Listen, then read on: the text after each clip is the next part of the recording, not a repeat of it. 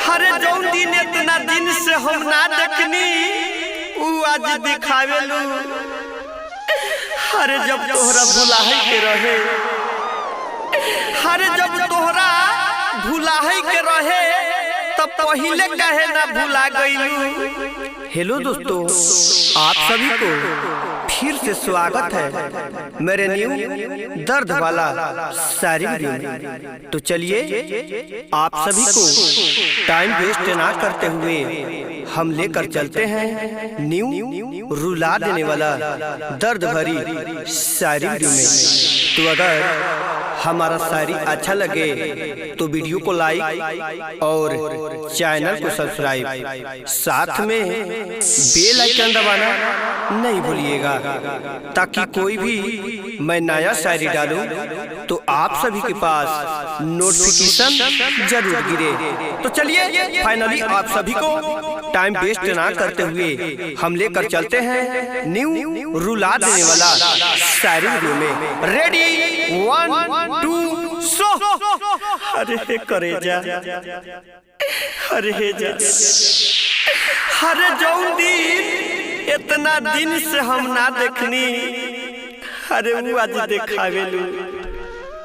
हरे जौन दिन इतना दिन से हम ना देखनी वो आज दिखावेलू। हरे जब तोहरा भुलाही के रहे, हरे जब तोहरा भुलाही के रहे तब पहले कहे ना भुला गईलू। हरे की ए होली में रोआवेलू, हरे के केहू और से रंग डलवावेलू।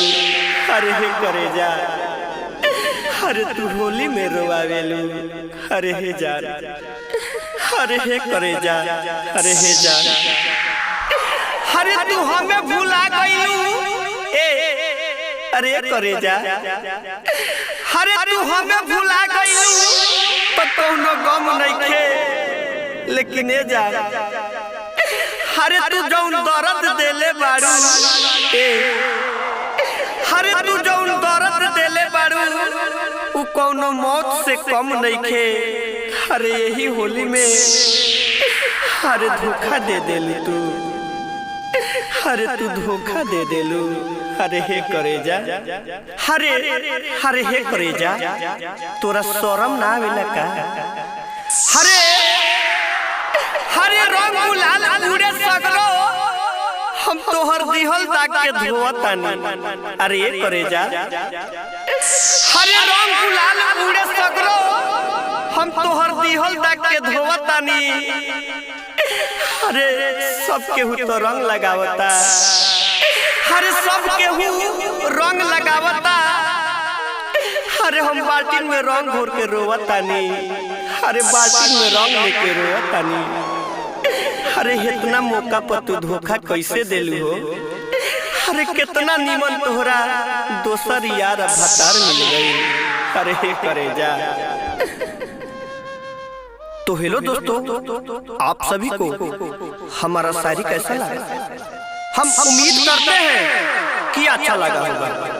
तो अच्छा लगा होगा तो प्लीज वीडियो को लाइक और चैनल को सब्सक्राइब, साथ में बेल आइकन दबाना नहीं भूलिएगा ताकि कोई भी मैं नया शायरी डालूं तो आप सभी के पास नोटिफिकेशन जरूर गिरे।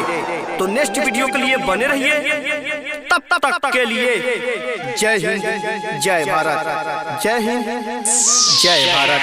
हम फिर से लेकर आएंगे न्यू रुला देने वाला दर्द भरी शायरी वीडियो।